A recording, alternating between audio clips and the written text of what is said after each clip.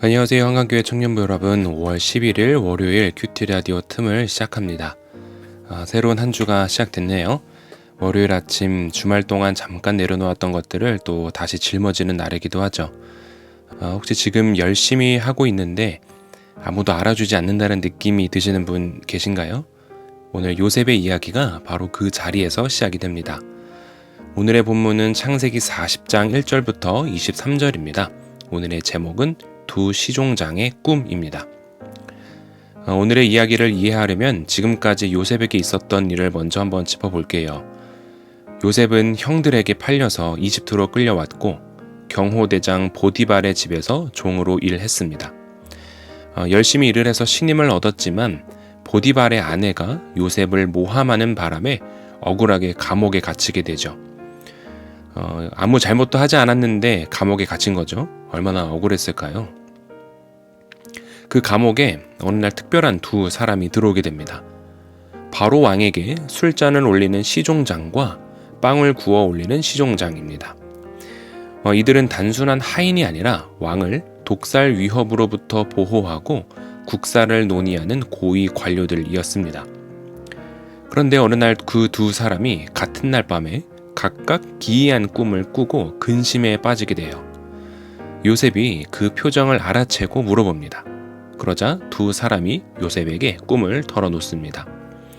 그 술 시종장의 꿈은요, 포도나무에서 포도를 따서 바로 왕의 잔에 즙을 짜 올리는 꿈이었어요. 요셉이 해몽합니다. 사흘 안에 복직될 것이라고요. 빵 시종장의 꿈은 머리에 바구니 3개를 이고 있는데 새들이 빵을 쪼아먹는 꿈이었어요. 이것 또한 요셉이 해몽하죠. 사흘 안에 처형될 것이라고요. 요셉은 술 시종장에게 간절하게 부탁합니다. 당신이 복직되거든 나를 기억해달라고요. 바로 왕에게 자신의 억울함을 말해달라고 이야기합니다. 사흘 뒤에 요셉의 해몽은 정확하게 실현이 되는데요. 술 시종장은 복직이 되고 빵 시종장은 처형됩니다. 그런데 안타까운 건 복직된 술 시종장은 요셉을 까맣게 잊어버려요.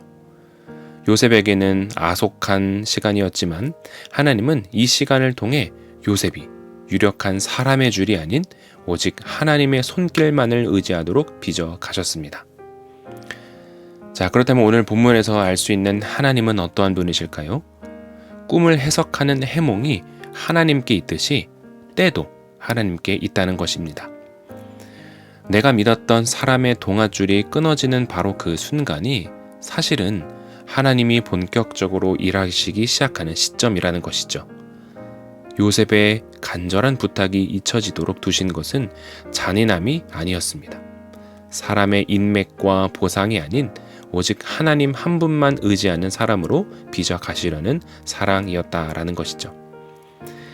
그렇다면 우리에게 주시는 교훈은 무엇이 있을까요? 우리가 정성껏 베푼 호의가 잊혀지고 또 간절했던 부탁이 무시당하는 때가 찾아올 수 있다는 것입니다. 그럴 때면 우리는 깊은 무력감 그리고 낙심에 빠지게 되죠. 하지만 사람에게 잊힌 그 시간이 하나님 앞에서는 무르익는 시간이 되기도 합니다. 사람은 무심히 잊어도 하나님은 우리를 기억하십니다. 그렇기 때문에 낙심하지 말고 선을 행할 것을 말씀은 우리에게 요청합니다. 자, 오늘의 기도로 마치도록 하겠습니다. 주님, 오늘 요셉처럼 억울하게 잊힌 자리에 분들이 있다면 그 자리에서 하나님의 손을 놓지 않게 도와주십시오. 열심히 했는데 아무도 알아주지 않을 때, 믿었던 사람이 나를 기억하지 않을 때, 그 허탈함과 외로움이 얼마나 깊은지 주님은 아십니다. 하지만 주님, 사람의 기억보다 하나님의 기억이 더 정확하고 더 신실함을 믿습니다.